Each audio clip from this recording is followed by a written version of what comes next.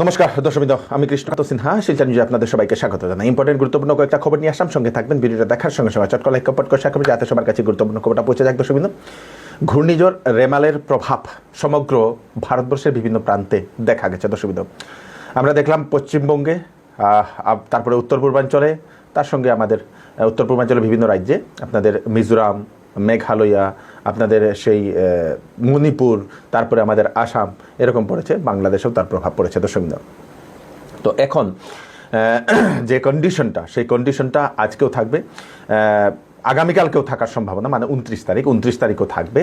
সেই জল বৃষ্টি হওয়াটা অনবরত চলছে। দর্শকবৃন্দ, এবং আইএমডি সেটার জন্য রেড অ্যালার্ট অলরেডি জারি করে দিয়েছে। দর্শকবৃন্দ, আইএমডি রেড অ্যালার্ট জারি করে দিয়েছে আসাম ও মেঘালয়ের জন্য। 28 তারিখে রেড অ্যালার্ট আসাম এবং মেঘালয়ের জন্য, এবং 29 থেকে 1 জুন পর্যন্ত প্রচণ্ড বৃষ্টিপাত হওয়ার সম্ভাবনা বলে আইএমডি সেটা সতর্কবাণী জারি করে দিয়েছে। দর্শকবৃন্দ, যেটা খবর পেলাম, এখন অনেকেরই এখন প্রশ্ন যে বরাক নদীর জলের স্তর কতটুকু। বরাক নদীর যেটা আমরা খবর পেলাম, ওয়াটার লেভেল এখন 13 ক্রস করে নিয়েছে। বরাক নদীতে আমাদের এদিকে এত বেশি নেই, হয়তো বাড়ার সম্ভাবনা বলতে পারেন, যদি মিজোরামে যদি বৃষ্টিপাত হয়, উপর সাইডে যদি বৃষ্টিপাত হয়, তাহলে এদিকে জল আসবে। অন্নপূর্ণা ঘাটের যেটা খবর পেলাম আপনাদের 13 আজকে যেটা খবর পেলাম 13 ক্রস করে নিয়েছে। ডেঞ্জার লেভেল হচ্ছে 19.83, এখন অনেক বাকি আছে আমাদের এদিকে।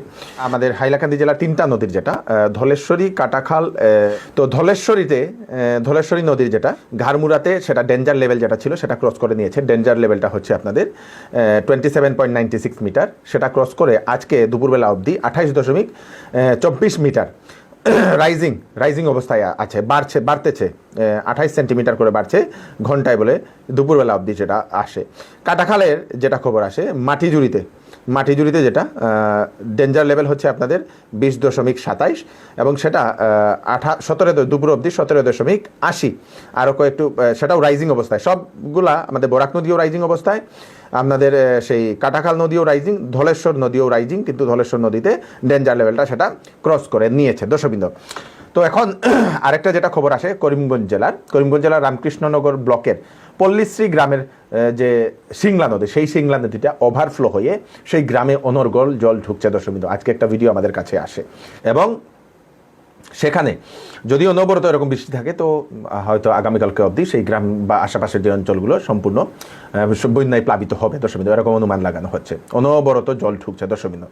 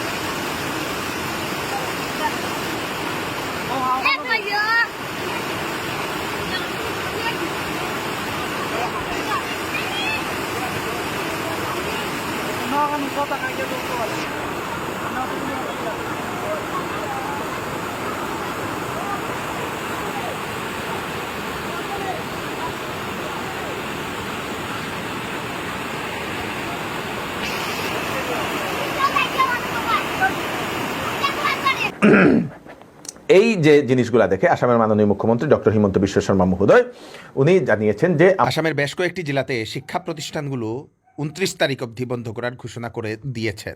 এমডি রেড অ্যালার্ট ঘোষণা করে দিয়েছে নগাঁও, হুজাই, ওয়েস্ট কার্বি আংলং, গোলাঘাট, ডিমা হাসাও, কাছাড়, করিমগঞ্জ এবং হাইলাকান্দি। সেই জন্যই এই কয়েকটি জেলাতে 29 তারিখ অবধি সেই স্কুল বা শিক্ষা প্রতিষ্ঠান বন্ধ থাকবে। মুখ্যমন্ত্রী জনসাধারণকে ঘরে থাকার জন্য, সেফ থাকার জন্য অনুরোধ করেছেন। এবং আরেকটা যেটা খবর আসে, ঝাটিঙ্গা নদীর পাহাড়ে অনবরত বৃষ্টি হওয়ার কারণে ঝাটিঙ্গা নদী সম্পূর্ণ ভরে যাওয়ার কারণে সেই ঝাটিঙ্গা নদীর জল এখন বরাক নদীতে এসে পড়ছে। সেটা অন্যদিকে হয়ে, আমাদের শিলচরে তো সেটা প্রভাব পড়বে না, অন্যদিকে হয়ে সেটা চলে যাবে। দর্শকবৃন্দ, এবং যেদিকে সেই ঝাটিঙ্গা নদীর যেখানে টাচ করেছে সেখান থেকে শুরু করে অন্যান্য যে জায়গাগুলো, সেদিকে প্রভাব পড়ার সম্ভাবনা, কারণ অনবরত জলের স্রোতটা সেখানে বাড়ছে বলে সেটা জানা গেছে। দর্শকবৃন্দ, সেই হারেঙ্গা যাওয়ে ঝাটিঙ্গা নদীর জল অনবরত বাড়ছে, ডেঞ্জার লেভেলে পৌঁছে গেছে নদী বলে সেটা জানা গেছে, ডেঞ্জার লেভেলের কাছে পৌঁছে গেছে। সোনাপুরের টানেলটা যেটা আজকে ধস পড়ে গিয়েছিল, ধস পড়ার কারণে বেশ কয়েক ঘন্টা সেখানে যাতায়াত ব্যবস্থা বিচ্ছিন্ন ছিল, তারপরে ক্লিয়ার করে দেওয়া হয়েছে, ওয়ান ওয়েতে সেখানে চলছে বলে সেটা জানা গেছে। দর্শকবৃন্দ, প্রচণ্ড বৃষ্টির কারণে শিলচর হাফলং সংযোজী যে রাস্তা সেই রাস্তা ভেঙে গেছে, যাতায়াত ব্যবস্থা বিচ্ছিন্ন। ডিম্বুরছেড়া নদীর পাড়ের যে রাস্তা সেই রাস্তাটা সম্পূর্ণ ভেঙে গেছে।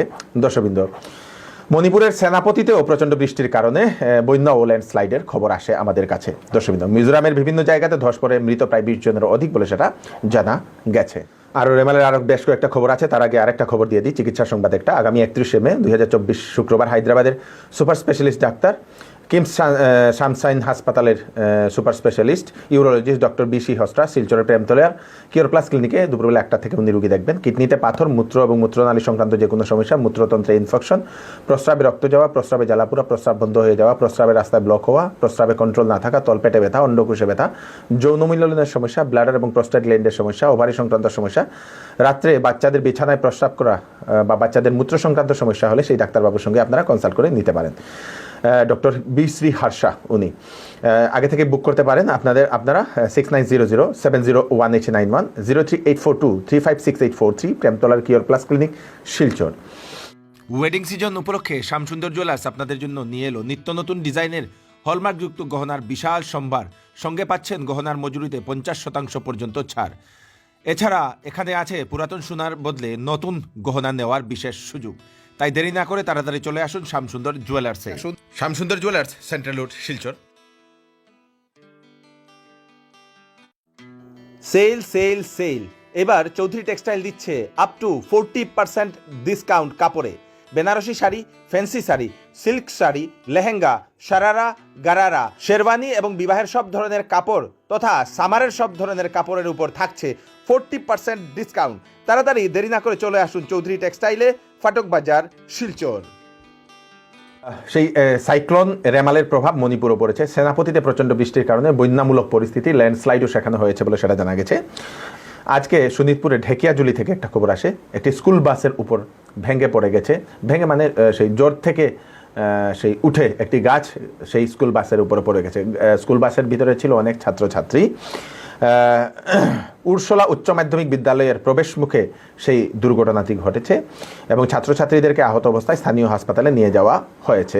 দর্শকবৃন্দ, প্রচণ্ড বৃষ্টিপাতের কারণে রেলগুলা ক্যান্সেল করে দেওয়া হয়েছে। 28 এবং 29 তারিখের বিভিন্ন ধরনের রেলগুলা ক্যান্সেল করে দেওয়া হয়েছে। হাফলংয়ের সংযোগী যে রেল সেখানেও অনেক ল্যান্ডস্লাইড হয়েছে বলে আপনারা একবার কনফার্মেশন একবার নিয়ে নিন। এবং এই প্রচণ্ড বৃষ্টিপাতের কারণে হাফলং লঙ্কার যে যোগাযোগ ব্যবস্থা সেই যোগাযোগ ব্যবস্থার সড়কেও পড়েছে ভূমিধস এবং বিচ্ছিন্ন হয়েছে। সেখানে একটি পুলও ভেঙে গেছে বলে সেটা জানা গেছে।